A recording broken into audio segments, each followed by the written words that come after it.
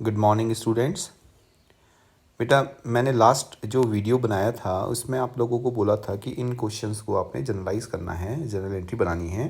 कई सारे स्टूडेंट ने मुझे रिस्पॉन्ड किया, लेकिन उसमें से काफ़ी सारे गलत थे। मैं फिर बता देता हूँ कि बेटा जो भी मैंने आपको बताया है पहले उसको अच्छे से रिवाइज़ कर लो, इलस्ट्रेशन देखिए और उसके बाद ही उसको परफॉर्म करो। ठीक है, मैं फिर भी एक बार आंसर आपको बता देता हूँ इसके। देखिए, जो आप पहली एंट्री करेंगे, पहला क्वेश्चन था, उसमें जो पहली एंट्री होगी, Harsha started business with cash. ज़्यादातर उन्होंने सही किया था, cash to capital, cash account debit to capital हो जाएगा। ठीक है। Purchases goods from Naman for cash. देखो, नमन भी आया और कैश भी आया। जब कैश इन्वॉल्व हो जाता है, तो पर्सन को इग्नोर कर देते हैं। पर्सन का नाम कब लिखा जाता है, एक बार बताओ। जब मैं दुकान पे जाता हूँ तो मेरा कोई नाम है या आपका कोई नाम है, आप उसको देते हो कैश और 10 रुपये का और कुरकुरे ले लेते हो, तो वो क्या आपसे नाम पूछेगा? वो बिल्कुल नहीं पूछेगा नाम। क्यों नहीं पूछेगा? क्योंकि आपने उधार तो लिया ही नहीं। तो जब ट्रांजैक्शन उधार का है ही नहीं, कैश का है, तो वो नाम लिखने की ज़रूरत ही क्या है? ठीक है, तो नाम नहीं लिखा जाता। नाम कब लिखा जाता है?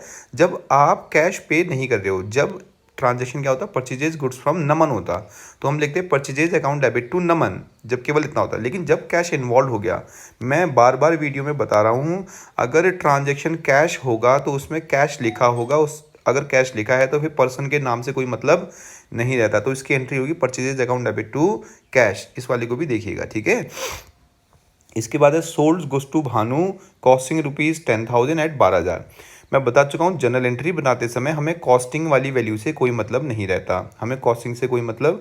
रहता। हम सीधे सीधे एंट्री करेंगे भानु डेबिट टू सेल्स। इसके बारे में भी मैं कई सारी एंट्री बता चुका हूँ। 12,000, 12,000, 10,000 से कोई मतलब नहीं है। ठीक है, सीधे सोल्ड करेंगे। अब यहाँ भानु को मैंने क्यों लिया, ऊपर नमन को क्यों नहीं लिया? क्योंकि भानु के ट्रांजैक्शन में कहीं पे भी कैश इन्वॉल्व नहीं था, जबकि नमन वाले में कैश इन्वॉल्व था। तो हमने ये मान लिया कि भानु वाला जो ट्रांजैक्शन है वो उधार का होगा। कैसे उधार का होगा? क्योंकि जिस भी ट्रांजैक्शन में पर्सन का नाम इन्वॉल्व होता है, फिर से सुन लीजिए, जिस भी ट्रांजैक्शन में खरीदने और सेल के ट्रांजैक्शन में पर्सन का नाम इन्वॉल्व होता है, लेकिन कैश का कहीं पे भी नाम नहीं आता, कैश या चेक का नाम नहीं आता, इसका मतलब साफ साफ ये हो गया कि ट्रांजैक्शन उधार हुआ है। तो इसीलिए भानु का नाम आया, तो एंट्री होगी भानु डेबिट टू सेल्स। क्यों हुई? खुद इवेल्युएट करना। Bought furniture on credit. अच्छा, मैंने देखा कि ज़्यादातर स्टूडेंट ने ना क्या लिखा है कि क्रेडिट को क्रेडिट लिखा है। मैं आपको बताता हूँ, जब भी हम उधार सामान खरीदते हैं और उधार सामान बेचते हैं, उधार सामान खरीदते हैं तो किसी पर्सन से ही खरीदा होगा, तो उसका कोई नाम होगा, लेकिन उसका नाम यहाँ मेंशन नहीं है। ठीक है, चाहे अब हम उधार बेचा होगा हमने, चाहे उधार खरीदा होगा, तो हम क्या कर रहे होंगे, किसी ना किसी पार्टी से, किसी ना किसी इंडिविजुअल से ही तो खरीद रहे होंगे ना, या किसी ना किसी इंडिविजुअल को हम बेच रहे होंगे। तो जिस भी इंडिविजुअल से खरीद रहे हैं और बेच रहे हैं उसका नाम होता है, लेकिन क्वेश्चन में जब नाम नहीं दिया होता है तो उनको क्यूमुलेटिवली क्या बोलते हैं? देखिए, जब भी हम सामान उधार खरीदते हैं, ध्यान रखना, जब भी हम सामान उधार खरीदते हैं तो हमारी एक रिस्पॉन्सिबिलिटी बनती है, उसे बोलते हैं क्रेडिटर्स, नॉट क्रेडिट ओनली। क्या बोलते हैं? क्रेडिटर बोलते हैं। मैं इससे पहले की जो अकाउंटिंग के जो इम्पोर्टेंट टर्म्स हैं मैं उसमें बता चुका हूँ। क्रेडिटर बोलते हैं, जब भी हम सामान उधार खरीदते हैं तो उसको क्या बोलते हैं? क्रेडिटर। और जब बेचते हैं तो फिर क्या बोलते हैं? डेटर्स। और जब बेचेंगे तो क्या बोलेंगे? डेटर्स। ये सोल्ड के केस में होगा। ठीक है, तो अभी हमने सामान खरीदा है, वो भी उधार, क्रेडिट पे खरीदा है ना। क्रेडिट का मतलब होता है उधार खरीदा है। तो उधार जब खरीदा है तो यहाँ पे को क्या आना चाहिए? Purchase furniture account debit. हमने फर्नीचर खरीदा है तो फर्नीचर अकाउंट डेबिट। फर्नीचर बढ़ रहा है, एसेट बढ़ रही है, फर्नीचर अकाउंट डेबिट। कैश तो गया नहीं, उधार है, तो हम क्रेडिट नहीं लिखेंगे, लिखेंगे creditor. Furniture account debit to creditor, ये चेक कर लेना। ठीक है बेटा, फटाफट से नेक्स्ट आपकी इक्वेशन का आंसर है। अब हम आते हैं नेक्स्ट क्वेश्चन में। Kunal started business with cash, ये भी इजी है, कैश टू कैपिटल। ही परचेज फर्नीचर फॉर कैश। यहाँ देखो कैश में खरीदा गया तो furniture to cash, furniture account debit to cash. Paid commission, commission एक एक्सपेंस है, बढ़ रहा है, डेबिट हो जाएगा। ठीक है, और क्या पे कर रहे हो? कैश पे कर रहे हो ऑब्वियसली, तो commission account debit to cash. किसी भी एक्सपेंस को पे करने की एंट्री होती है एक्सपेंस टू कैश। ही purchase goods on credit, again देखो यहाँ क्रेडिट आ गया, तो एंट्री क्या होगी? Purchases account debit. जब भी कोई सामान खरीदते हैं उधार पे तो हम टू क्रेडिटर लिखते हैं, नॉट क्रेडिट। क्या लिखते हैं? क्रेडिटर लिखा जाएगा। ठीक है, ही सोल्ड गुड्स, कॉस्टिंग से कोई मतलब नहीं है, फॉर कैश, कॉस्टिंग 20,000। ठीक है, तो कितने में बेचा गया? इधर देख लो, ये कितने में बेचा गया? 26,000 में, तो 26,000 की एंट्री होंगी। कैसे? Cash account debit to sales, 26,000, 26,000। ठीक हो गया, चलिए आगे बढ़ते हैं। आगे है ये again business started with cash, इसकी एंट्री आपको पता है, cash to capital, purchases goods from Rohit, purchases account debit to Rohit. अपनी एंट्रीज को चेक करके करेक्शन कर लेना बेटा, मैंने बहुतों की देखी थी, बहुत गलत एंट्रीज बनाई थी। नरेशन को साफ साफ लिखिएगा, being goods purchase from him या being goods purchase from Rohit. Sales goods on credit, sales मत लिखा करो, सोल्ड। देखो ध्यान रखना, जब भी आप नरेशन लिखते हो तो सेल्स लिखते हो वहाँ, तो थोड़ा सा ध्यान रखना, आपके टेंसेस का ध्यान रखें। Sales goods on credit to Manish, costing से हमें अभी भी कोई मतलब नहीं, क्योंकि ये मतलब होता है इक्वेशन करते समय। 20,000 का सामान हमने बेचा है, किसको, मनीष को बेचा है। तो मैं आपको पहले ही बता चुका हूँ, अगर यहाँ मनीष का नाम नहीं होता तो फिर आप क्रेडिटर लिख देते, ऐसा नहीं होता बेटा। जब भी हम सामान उधार बेचते हैं तो डेटर बनते हैं, क्या बनते हैं, डेटर्स। और जब हम खरीदते हैं तो क्रेडिटर बनते हैं, ठीक है। जब भी हम खरीदते हैं तो क्या बनते हैं, क्रेडिटर। अब मान लीजिए मनीष का नाम नहीं दिया होता, सीधे लिखा था सोल्ड गुड्स ऑन क्रेडिट, क्या लिखा होता है, सोल्ड गुड्स ऑन क्रेडिट। तो जब क्रेडिट लिखा होता तो हमारे क्या बनते, डेटर बनते, यानी एसेट बनती, अधिकार बनता। कैसे बनता अधिकार, हमने जिसको सामान बेचा है, अब हमारा अधिकार है कि हम उससे पैसा ले लें, पैसा लेने का अधिकार बन गया ना, तो उस अधिकार को बोलते हैं debtor. Debtors account debit, asset बढ़ रही है, वो जो अधिकार है, अधिकार हमेशा एसेट होता है। टू, रेवेन्यू भी बढ़ रहा है, तो उस रेवेन्यू को बोलते हैं sales, debtor account debit to sale. अब इस डेटर का कोई नाम भी हो सकता है, यहाँ पर कोई नाम दिया है, कहीं कहीं नाम नहीं भी दिया हो सकता है। तो जब भी डेटर का नाम दिया होगा तो नाम लिखेंगे, अदरवाइज हम सामान बेचने के लिए क्या लिखेंगे, डेटर ही लिखेंगे। मनीष डेबिट टू सेल्स, यहाँ पर क्या हो जाएगा, Manish debit to sales. Otherwise अगर केवल मनीष का नाम नहीं दिया होता और गुड्स को उधार बेचा होता, यानी कि क्रेडिट पे गुड्स को सेल किया होता, अगर केवल इतना लिखा होता, सोल्ड गुड्स ऑन क्रेडिट, बस इतना ही लिखा होता, तो एंट्री होती debtors account debit to sales account. लेकिन यहाँ क्योंकि मनीष का नाम लिख रखा है तो डेटर के स्थान पे हम मनीष को लिख देंगे, क्योंकि अभी तो मनीष का नाम दिया ही है।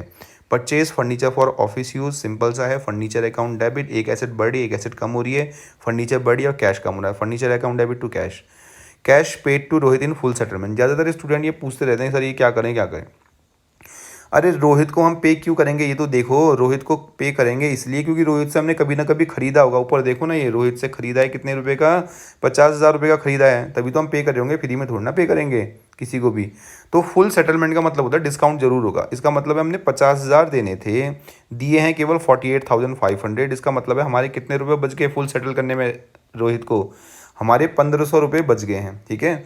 तो रोहित कौन था, रोहित एक क्रेडिटर था। रोहित कौन था, हाँ हमारा एक क्रेडिटर था, हमारी एक रिस्पॉन्सिबिलिटी थी जिसके कारण हमें उसे पे करना पड़ रहा था।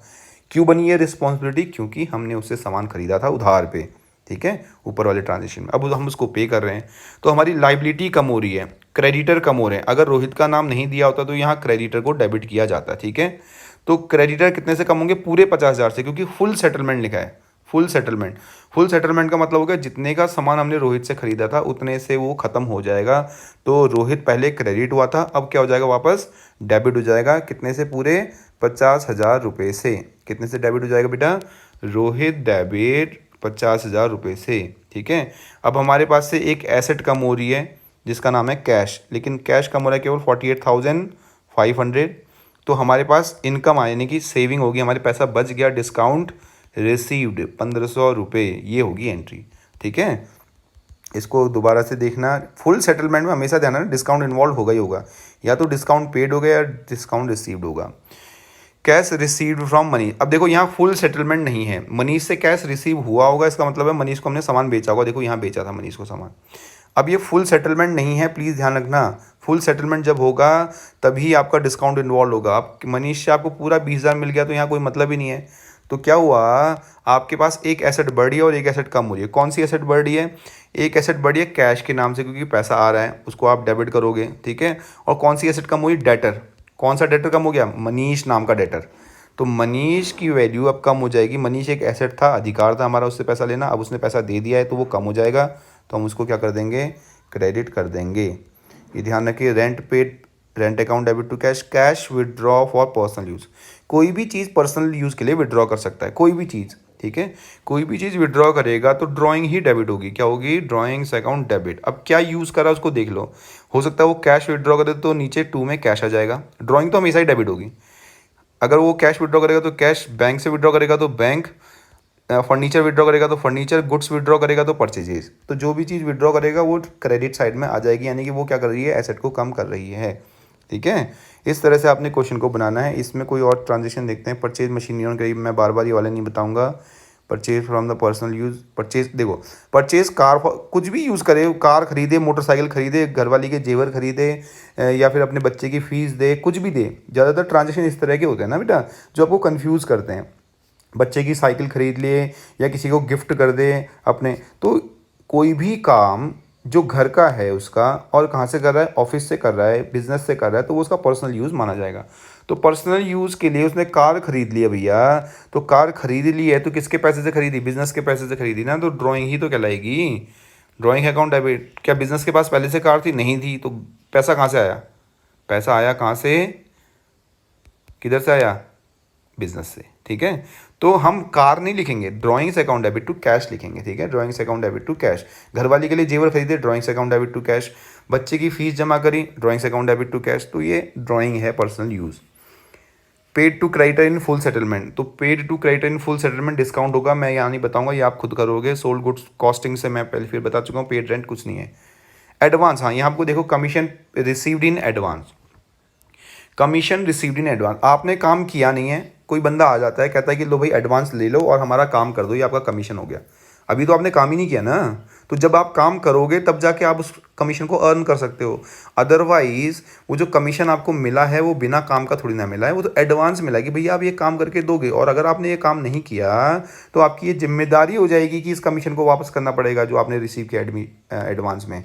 तो ध्यान रखना, एडवांस में मिली हुई कोई भी चीज़, एडवांस में मिली हुई कोई भी चीज़ लाइबिलिटी होती है, रिस्पॉन्सिबिलिटी होती है, और जो लाइबिलिटी होती है उसका क्रेडिट बैलेंस होता है। आपकी रिस्पॉन्सिबिलिटी बढ़ रही है कि काम तो करना ही पड़ेगा जी अब, ठीक है, तो लाइबिलिटी बढ़ रही है एडवांस नाम से। ठीक है, और एडवांस में क्या मिला आपको? एडवांस में मिला कैश, और कैश मिलने के साथ ही आपको बढ़ गई है रिस्पॉन्सिबिलिटी, लाइबिलिटी, एडवांस नाम से, advance commission to advance commission. तो एंट्री क्या जाएगी? कैश अकाउंट डेबिट, क्योंकि एसेट बढ़ी है कैश के नाम से, कैश अकाउंट डेबिट, एसेट बढ़ेगी तो डेबिट करोगे। साथ ही साथ एक लाइबिलिटी और रिस्पॉन्सिबिलिटी भी बढ़ी है, किस नाम से? एडवांस कमीशन के नाम से। ठीक है, तो हमेशा ध्यान रखना, एडवांस या प्रीपेड की एंट्री क्या होती है? हमेशा रिसीव्ड की। अगर आपको एडवांस मिलेगा तो उसकी एंट्री क्या करोगे? हमेशा cash account debit to advance. ठीक है, इस अपनी एंट्रीज को करेक्ट कर लें, प्लीज़ ध्यान दें। तो मैं आज आपको कुछ बताने वाला था। देखो इसमें भी कुछ ऐसे ही एंट्रीज हैं। Started business, purchases, rent receive, salary, outstanding. Outstanding के बारे में मैं बता चुका हूँ, प्रीपेड के बारे में भी मैं बता चुका हूँ। प्रीपेड एक एसेट होती है, ध्यान रखना, आपने पहले ही पे कर दिया, तो कोई भी चीज़ प्रीपेड है उसकी एंट्री क्या होगी? प्रीपेड कुछ भी हो सकता है, यहाँ इंश्योरेंस है, रेंट हो सकता है, वेजेस हो सकती है, कुछ भी हो सकता है। तो प्रीपेड की एंट्री क्या होती है? हमेशा ध्यान रखना, प्रीपेड क्योंकि एसेट है, तो prepaid expense account debit to cash account होता है। ठीक है, क्योंकि इसमें एक एसेट बढ़ती है और एक एसेट घटती है। कौन सी एसेट बढ़ रही है? Prepaid expense. और कौन सी एसेट घट रही है? Cash. Received interest, interest receive होगा तो मतलब किस में रिसीव होगा? कैश में। इंटरेस्ट दिखता तो है नहीं, तो कैश में रिसीव होगा। बैंक में आपको मिलता है ना, टू कैश या फिर बैंक, कैश या फिर बैंक। बैंक में इंटरेस्ट मिला होगा तो बैंक करना, ठीक है, सॉरी टू इंटरेस्ट आएगा यहाँ, वो टू इंटरेस्ट। अगर कैश में रिसीव होगा तो कैश करना है, अदरवाइज यहाँ पर क्या करोगे? बैंक। ठीक है, तो यहाँ पर हमने कैश किया क्योंकि लिखा नहीं है कि बैंक में मिला है इंटरेस्ट हमें, तो कैश अकाउंट डेबिट, पैसा बढ़ गया हमारा, एसेट बढ़ गई, और साथ ही साथ ये इनकम है तो इनकम भी बढ़ गई हमारी इंटरेस्ट के नाम से, cash account debit to interest. इसके बाद हम आते हैं सोल्ड गुड्स कॉस्टिंग, ये वही है। फिर ये स्टार्टेड बिजनेस, डेप्रिसिएशन के बारे में भी मैं बता चुका हूँ, बाकी सारी चीज़ें मैं क्लियर कर चुका हूँ। आज हम जो ट्रांजैक्शन करने वाले हैं बेटा, थोड़ा ना उस पर ध्यान देते हैं, वो थोड़ा सा टफ है, उसको हम आराम से समझते हैं। ठीक है, चलिए इस पे देखिए क्या बोल रहा है, इन्वेस्टेड। अब ध्यान ध्यान से समझना है इसमें एक बार। Invested 4 lakh cash and office equipment with ₹1,50,000 in a business called Bobby consulting. Bobby consulting में एक आदमी ने 4 लाख रुपए लगाए और साथ में 1.5 लाख रुपए का इक्विपमेंट भी दिया, यानी टोटल कितने रुपए लगाए? सर आप बोलोगे 5,50,000 रुपए लगाए। तो हम पहले ही जानते हैं कि जो भी पैसा बिजनेस स्टार्ट करते समय लगाया जाता है, या जो भी अमाउंट बिजनेस स्टार्ट करते समय लगाई जाती है, वो क्यूमुलेटिवली, यानी कि उसको कंबाइन करके कैपिटल बोला जाता है। तो कैपिटल तो हो गई 5,50,000 रुपये की, यानी कि एक लाइबिलिटी बढ़ गई। ठीक है, बिजनेस के लिए ये ओनर्स की लाइबिलिटी कितनी हो गई? बिजनेस के लिए ओनर की लाइबिलिटी हो गई 5,50,000 रुपये की। लेकिन बिजनेस के पास कुछ आया भी तो सही, बिल्कुल एसेट बढ़ रही है उसकी, कैश के नाम से, कैश अकाउंट डेबिट करेगा 4 लाख रुपये से। फिर क्या डेबिट करेगा, एक और चीज़ आई है इक्विपमेंट अकाउंट डेबिट, वो भी एसेट है 1,50,000 रुपये। तो ये जो कैश और इक्विपमेंट की जो एसेट बड़ी है वो कहाँ से बड़ी है, क्या बिजनेस का अपना पैसा था, नहीं, ये लाइबिलिटी थी ओनर की, तो उसे बोलेंगे कैपिटल। तो ये हो गया 5,50,000 रुपये, ठीक है बेटा। तो cash account equipment account debit to capital, पहले वाले की एंट्री हो जाएगी। अब देखिए उसके बाद क्या हुआ, purchases land and a small office building. The land was worth rupees 1,50,000 and the building rupees 3,50,000। The purchases price was paid with 2 lakh cash and a long term note payable. Long term note payable का मतलब अभी मैं बता देता हूँ, ठीक है। Long term note payable, payable का मतलब है देना बाकी है, पेबल का मतलब सीधे बात है आपने एक नोट बना दिया होगा कि भैया हम अभी नहीं दे सकते, हम ऐसा करेंगे कि हम बाद में दे देंगे, लॉन्ग टर्म लंबे समय बाद, यानी कि एक लाइबिलिटी होगी, सीधी बात है। आप कोई सामान खरीद रहे हो और उसका पार्ट पेमेंट कर रहे हो, थोड़ा ही पेमेंट किया और बाकी का कह रहे हो कि उधार हो गया जी, मैं अगली बार दे दूंगा। नोट पेबल, आप सोचोगे कि नई चीज़ है, ऐसा कुछ नहीं है। नोट पेबल का मतलब हो गया आपने नोट लिख दिया, पेबल मतलब पे करने का वादा कर लिया, ठीक है। तो अब हुआ क्या इसमें, इस ट्रांजेक्शन को देखते हैं बेटा, ठीक है। इस ट्रांजेक्शन में देखते हमने दो चीज़ें खरीदी हैं, एक तो 1.5 लाख रुपए की खरीदी है, क्या 1.5 लाख रुपए की खरीदी है हमने लैंड, और बिल्डिंग खरीद लिया 3.5 लाख रुपए की, टोटल हो गया बेटा 5 लाख का हिसाब किताब। तो कैसे करेंगे, देखिए हमारी दो एसेट बढ़ रही हैं, एक तो बढ़ गई जी लैंड, ठीक है, 1,50,000 रुपये से। तो जो एसेट बढ़ती है आप उसको डेबिट करते हो, आपको पता ही है, तो ये भी डेबिट हो जाएगी, एसेट बढ़ेंगे तो डेबिट हो जाएगी, और बिल्डिंग भी क्या है, एसेट ही है, तो बिल्डिंग हो जाएगी डेबिट कितने से, 3,50,000 से। तो जो एसेट बढ़ रही हैं उनको आप डेबिट कर लोगे, तो land account debit, building account debit. तो कौन सी एसेट कम हो रही है, फ्री में तो आएंगी नहीं, आप बोलोगे सर कैश कम हो रहा है जी, तो जो एसेट कम होगी उसको क्रेडिट किया जाता है, जो एसेट कम होंगी उसको क्या करेंगे, क्रेडिट। कितने रुपए का कैश दिया आपने, आपने दिया 2 लाख का कैश। क्या 5 लाख का सामान 2 लाख में खरीद लिया आपने, नहीं, वो डिस्काउंट थोड़ी ना है। आपने खरीदा 5 लाख का एसेट, पेमेंट किया केवल 2 लाख और बोला कि बाकी का 3 लाख मैं बाद में दे दूंगा, बाद में दे दूंगा, तो आपकी लाइबिलिटी बन गई। तो लाइबिलिटी बन गई तो लाइबिलिटी बढ़ेगी तो उसको आप क्रेडिट ही करोगे। तो ये किस नाम से आप क्रेडिट करोगे, नोट पेएबल नाम से, क्योंकि नाम ही क्या है, नोट पेएबल। एक लाइबिलिटी है वो अलग अलग नामों से जानी जाती है, ठीक है। तो यहाँ नोट पेएबल आप लिखोगे 3 लाख रुपए। तो इस तरह से आपका क्या बन गई, एक जनरल एंट्री बन गई। दो एसेट बढ़ रही हैं तो दोनों एसेट को डेबिट कर दिया, तो डेबिट वालों को पहले लिखते हैं, आपको पता है जनरल एंट्री में। और क्रेडिट में टू कैश क्यों लिखा, क्योंकि कैश एक एसेट है, कम हो रही है तो हम उसे क्रेडिट करना पड़ेगा, बढ़ेगी तो डेबिट करते हैं, कम होगी तो क्रेडिट करेंगे 2 लाख रुपए से। अब क्योंकि 2 लाख रुपए से ही पूरा सेटलमेंट तो नहीं हुआ, सामान खरीदा 5 लाख का, पेमेंट किया 2 लाख रुपए, बचे कितने रुपए, 3 लाख रुपए। 3 लाख का पेमेंट आपने अभी नहीं किया, आपकी जिम्मेदारी बन गई, रिस्पॉन्सिबिलिटी बन गई, तो रिस्पॉन्सिबिलिटी यानी कि लाइबिलिटी हो गई है। और लाइबिलिटी बढ़ेंगी तो उसको आप क्या करते हो, क्रेडिट करते हो, ठीक है बेटा। तो इस तरह से आप ये जनरल एंट्री पास करेंगे, क्लियर हो गई। अच्छा जी, अब नेक्स्ट आते हैं purchases office supplies on credit. Simple सा है बेटा, बहुत आसान है, हमें समझने की ज़्यादा से ज़्यादा कंसेप्ट में। ऑफिस सप्लाईज, ऑफिस सप्लाईज मतलब स्टेशनरी वगैरह खरीदी होंगी ऑफिस के से रिलेटेड इक्विपमेंट, तो जो भी सामान खरीदा हमें ऑफिस सप्लाईज लिख दो या स्टेशनरी लिख दो, एक ही बात है। तो बिजनेस के पास क्या आया, ऑफिस की सप्लाई आ गई, A4 साइज पेपर हो गया, ऑफिस की सप्लाई। ऑफिस सप्लाई जो भी है वो क्या है, एक्सपेंस है, एक प्रकार से क्या है, खर्चा ही तो है बिजनेस का। ये क्या है, एक्सपेंस, और एक्सपेंस आपके क्या हो रहे हैं, बढ़ रहे हैं। आपको पता है expense carrying the debit balance, expense का डेबिट बैलेंस होता है, अगर वो बढ़ेगा तो उसे हमें डेबिट ही करना पड़ेगा। ऑफिस सप्लाई एक एक्सपेंस है और एक्सपेंस आपका बढ़ रहा है और बढ़ेगा तो डेबिट करेंगे, ठीक हो गया, डेबिट का पता चल गया। अब दूसरा क्या है फिर, ऑफिस सप्लाई के अलावा क्रेडिट पे खरीदा, कैश में खरीदा होता तो क्या होता, कैश कम हो जाता है, एसेट कम हो जाती तो क्रेडिट करना पड़ता है। लेकिन यहाँ उधार खरीदा है तो आपकी लाइबिलिटी भी बढ़ रही है, क्या बढ़ रही है, लाइबिलिटी। तो लाइबिलिटी बढ़ रही है किस नाम से, जब भी कोई सामान उधार खरीदते हैं तो उसे बोलते हैं क्रेडिटर्स। क्रेडिट मत लिखना, क्या बोलेंगे, क्रेडिटर्स बोलते हैं। जब भी कोई सामान उधार खरीदते हैं क्रेडिटर्स, क्रेडिटर्स बढ़ रहे हैं, लाइबिलिटी बढ़ रही है तो आप उसको क्या करोगे, क्रेडिट। ये जी हो जाएंगे डेबिट, तो हो गया office supply account debit to creditors account, ठीक है। Office supplies account debit to creditors account, तो ये तो हो गया नेक्स्ट की entry. Bobby transfer title of motor car to the business, the motor car was worth ₹90,000। अब सुनिए, टाइटल ऑफ मोटर कार का मतलब क्या होता है। बॉबी कौन है, ओनर, ठीक है, उसने अपने नाम की गाड़ी को बिजनेस के नाम पे ट्रांसफर कर दिया। अपने नाम की गाड़ी, ट्रांसफर ऑफ टाइटल बोला, ध्यान रखना, transfer of title of motor car to the business, business को उसने अपने नाम, बिजनेस का जो बिजनेस के नाम पे कर दी अपनी गाड़ी अपनी एसेट किसके नाम पे कर दी, बिजनेस के नाम पे कर दी। फिर से समझिए, वो मोटर का नहीं कुछ भी कर सकता है, वो अपना जेवर, अपने घर का सामान, अपने घर का एसी, अपने घर का फर्नीचर किसके नाम पे कर दे रहा है, बिजनेस के नाम पे कर दे रहा है। तो कोई भी एसेट अगर ओनर किसको देता है, कोई भी वैल्यू अगर ओनर बिजनेस को देता है तो उसे बोलते हैं कैपिटल। उसको क्या बोलते हैं, कैपिटल। फ्री में तो नहीं आ रही ना। तो बिजनेस के पास क्या आया, बिजनेस के पास आ गई जी एक कार, एक एसेट है, बढ़ रही है तो डेबिट करना पड़ेगा, ठीक है।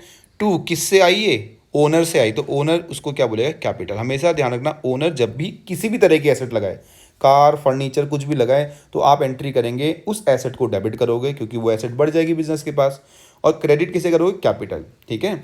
और वहीं जब ये विड्रॉ करके ले जाता है, कोई चीज़ लाता है तो एसेट टू कैपिटल करते हैं, एसेट को डेबिट करते हैं, और क्रेडिट किसको करते हैं, कैपिटल को। जब कोई ओनर कोई भी एसेट लगाता है, और जब कोई एसेट विड्रॉ करता है, कोई चीज़ विड्रॉ करेगा तो क्या करोगे, उल्टा कर दोगे।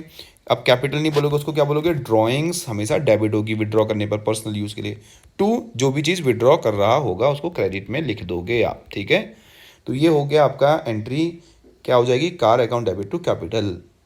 Purchases for 30,000 additional office equipment on credit नहीं बताऊंगा। और आपने इक्विपमेंट खरीद लिए हैं तो ऑफिस इक्विपमेंट, ध्यान रखना एडिशनल इक्विपमेंट, पहले से इक्विपमेंट आपके पास थे जब बिजनेस स्टार्ट करते समय लगाए थे, और इक्विपमेंट खरीद लिए। इक्विपमेंट एक एसेट होता है, और एसेट होता है तो एसेट बढ़ रही है, और एसेट बढ़ेगी तो आप उसको क्या करोगे, डेबिट। तो आप लिखोगे इक्विपमेंट अकाउंट डेबिट। एक एसेट बढ़ गई, क्या कैश में पेमेंट किया क्या, आप बोलोगे सर नहीं क्योंकि क्रेडिट लिखा हुआ है, तो नाम लिखोगे क्रेडिटर। कोई भी चीज़ आप उधार खरीदोगे तो लाइबिलिटी बढ़ेगी, और लाइबिलिटी बढ़ेगी तो आपने उसको क्रेडिट करना पड़ेगा। तो किस नाम से क्रेडिट करोगे, क्रेडिटर्स के नाम से सामान खरीदने पर क्रेडिट होता है। पेड, ये बेटा 75,000 नहीं होगा, 7,500 होगा, ध्यान रखना। हाँ ये होगा 7,500, मिस प्रिंट हुआ है शायद इसमें। Paid 7,500 salary to the office manager. देखो आप किसी भी पर्सन को दोगे, ज़्यादातर क्वेश्चन में ना कंफ्यूज करने को लिखा जाता है बेटा। जब भी हम किसी एक्सपेंस को पे करते हैं, मान लिया जाए मैंने एक नाम था राम, उसको अपने यहाँ मजदूरी में लगाया कि भाई आप खेत खोद दो या चूना लगा दो, उसका नाम तो होगा ही कोई ना कोई, ठीक है, राम। और उसको मैंने मजदूरी दे दी, राम को मैंने मजदूरी दी 5,000 रुपये। तो ध्यान रखना, जब भी आप किसी एक्सपेंस का पेमेंट कर देते हैं तो उस समय हमें किसी पर्सन के नाम को इन्वॉल्व नहीं करना है, नाम को इन्वॉल्व नहीं करना है, क्योंकि आपने पेमेंट कर दिया। जब पेमेंट नहीं करोगे ना, तब उधार के केस में पर्सन को इन्वॉल्व किया जाता है। जब आप पेमेंट नहीं करोगे या पेमेंट करना बाकी होगा तो उसका नाम लिखा जाएगा कि भाई तुझे इतना पेमेंट करना बाकी है, मैं लिख देता हूँ, ठीक है। लेकिन जब आपने पेमेंट कर दिया तो आप कैश को इन्वॉल्व करोगे, किसको इन्वॉल्व करोगे, कैश को। तो यहाँ ऑफिस मैनेजर से कोई मतलब नहीं है अभी हमें ऑफिस मैनेजर से कोई मतलब नहीं है, हम नरेशन में जरूर दिखा देंगे। लेकिन अभी किससे मतलब है, हमने सैलरी दी से मतलब है। तो सैलरी क्या है, सैलरी एक एक्सपेंस है, आपका एक्सपेंस बढ़ रहा है, एक्सपेंस के होते हैं डेबिट बैलेंस, तो आप डेबिट कर दोगे से, क्योंकि एक्सपेंस बढ़ेंगे तो डेबिट करोगे, एक्सपेंस घटेंगे तो क्रेडिट करना पड़ेगा। तो सैलरी हो जाएगी जी डेबिट। टू, आपने कैश पेमेंट किया या उधार पे है, पेड कह रहे हैं ना, तो टू कैश, एक एसेट कम हो जा रही है, किस नाम से, पे करोगे तो पैसा जा रहा है, पैसा क्या होती है, एसेट होती है, और एसेट कम हो रही है तो आप कैश लिखोगे। और मैनेजर से यहाँ कोई मतलब नहीं होगा, या राम मोहन सोहन से कोई मतलब नहीं होगा।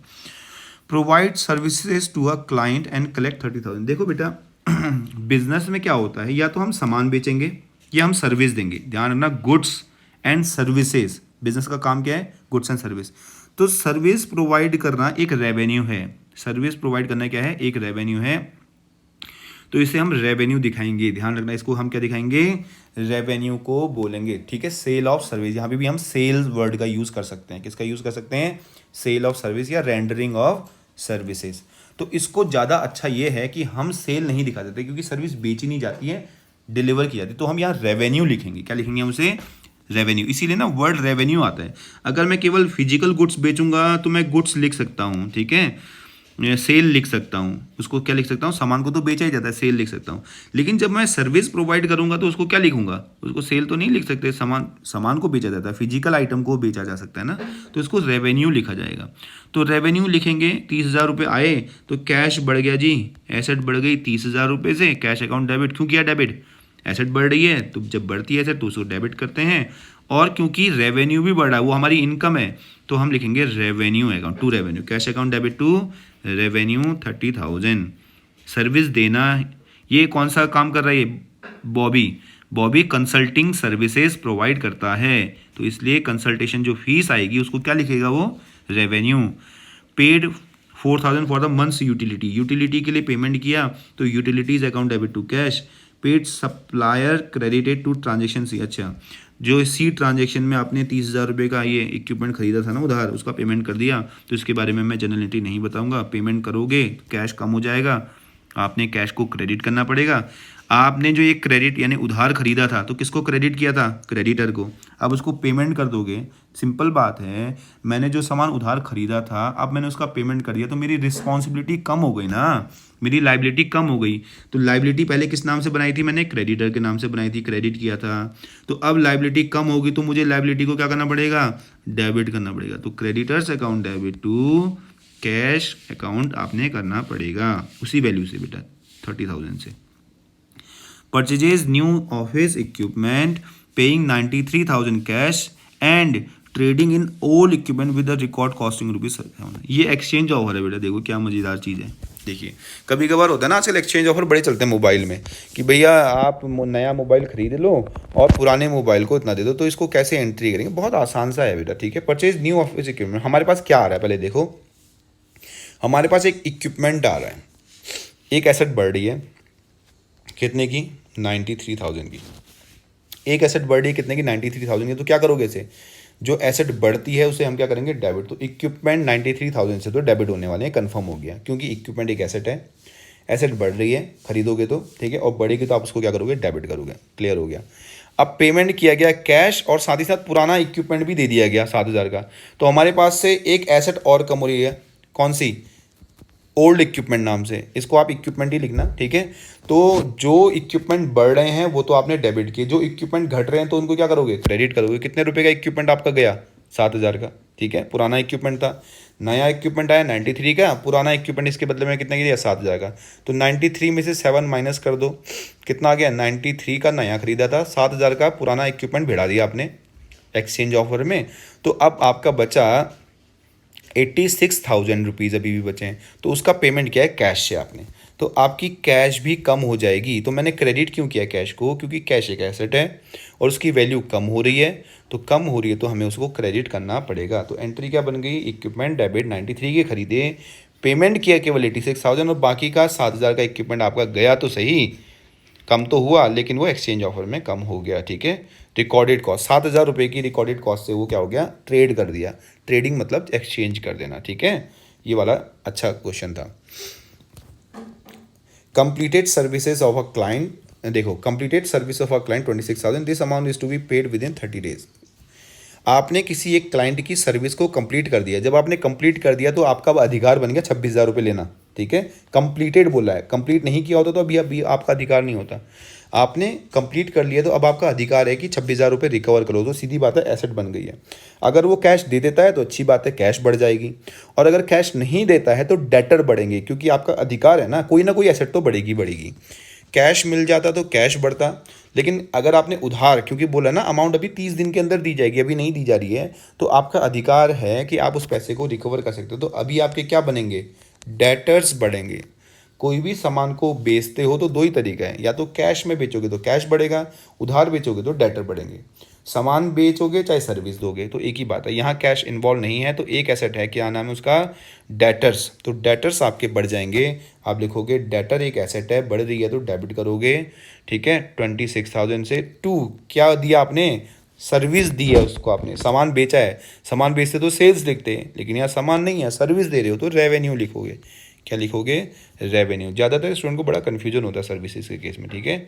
रेवेन्यू क्लियर हो गया। Received 19,000 payment from the client created in transaction के, बेटा अभी देखो हमने फुल सेटलमेंट नहीं है, ध्यान रखना है, फुल सेटलमेंट नहीं है, प्लीज़ ध्यान रखें। तो यहाँ डिस्काउंट का कोई मतलब नहीं होता। 19,000 रुपये मिल गए, सीधी बात है, cash account debited to debtors. Client को हमने डेटर माना था ना, उस क्लाइंट को जिससे 26,000 मिलने थे, 26,000 रुपये अधिकार था हमारा मिलने का, अभी मिलने केवल 19,000 रुपये। तो आप लिखोगे कैश अकाउंट डेबिट, कैश बढ़ रहा है, एक एसेट बढ़ रही है, 2 दूसरी एसेट कम हो रही है, क्या नाम था वो? उस एसेट का डेटर जो 26,000 के थे, तो 19,000 तो आप कहोगे सर बाकी का क्या हुआ, बाकी का बाद में दे देगा, ठीक है, उसने अभी अभी तो पेमेंट कर दिया है 19,000 का, बाकी का 7,000 रुपये बाद में पेमेंट कर देगा, हमें उसकी कोई टेंशन नहीं लेनी है, ठीक है, डिस्काउंट नहीं होगा, ये मैं नहीं बताऊँगा। विड्रॉ कर रहा है तो उसकी एंट्री आप मैं नहीं बताने वाला हूँ, आप खुद करोगे, ठीक है। तो ये हो गया आपका कुछ क्वेश्चंस हैं आज आपके लिए जनरल एंट्री के, ये क्वेश्चंस आपने करने हैं 1, 11, 12, 13 और 13 तक ही करिएगा, ठीक है। ये वाला 14 वाला मैं बताऊंगा, ये बहुत अच्छा है क्वेश्चन। तो देखिए बहुत सारी जनरल एंट्री बाकी हैं, अभी जीएसटी वाली भी हैं। मैं चाहता हूं कि आप लोग ना बहुत अच्छे से इस क्वेश्चन को करो, इसमें कोई ज़्यादा दिक्कत नहीं है। डिस्काउंट अलाउड, देखो जब भी ये डिस्काउंट अलाउड वाली बात आती है फुल सेटलमेंट वाली बात होगी, ठीक है, यहाँ तो क्लियर कर दिया उसने, जब भी पे करोगे तो डिस्काउंट होगा। सुधीर को पेमेंट किया और डिस्काउंट अलाउड हुई, या फिर फुल सेटलमेंट में सुधीर को पेमेंट किया, एक ही बात है, सुधीर से कभी ना कभी खरीदा होगा, देखो इस तरह से। तो ये क्वेश्चंस को ध्यान रखना, जब भी डिस्काउंट का मत आ जाता है या तो फुल सेटलमेंट आ जाता है तो मतलब डिस्काउंट हो जाता है, ठीक है। तो डिस्काउंट वाले क्वेश्चंस को इलस्ट्रेशन से मेरे पुराने वीडियो से ज़रूर देखना और क्वेश्चन को सॉल्व करने की कोशिश करना, गलत मत करना। क्रेडिट उधार खरीदने के लिए क्रेडिटर का यूज़ करेंगे, उधार बेचने के लिए डेटर का यूज़ करेंगे, बाकी तो ईजी है, ठीक है, बाकी में कोई दिक्कत नहीं है। बाकी मैंने बता ही रखे हैं, इसमें ऐसा कुछ भी नहीं है बेटा। हाँ, ये 14 क्वेश्चन तक आपने ये करने हैं और आज का भी ये रिवीजन आपने लेना ज़रूरी है, ठीक है। अकाउंटिंग इक्वेशन आपको बाद में इसमें कोई दिक्कत नहीं आनी चाहिए, जहाँ तक मैं समझता हूँ। उसके बाद पोस्टिंग ही शुरू हो जाती है, मैं आपको ये क्लियर कर दूँगा, ठीक है। ये 2 क्वेश्चन मैं आपको नेक्स्ट वीडियो में बताने वाला हूँ, उसके बाद हम लेजर करेंगे। तब तक के लिए बेटा थैंक यू वेरी मच। हाँ।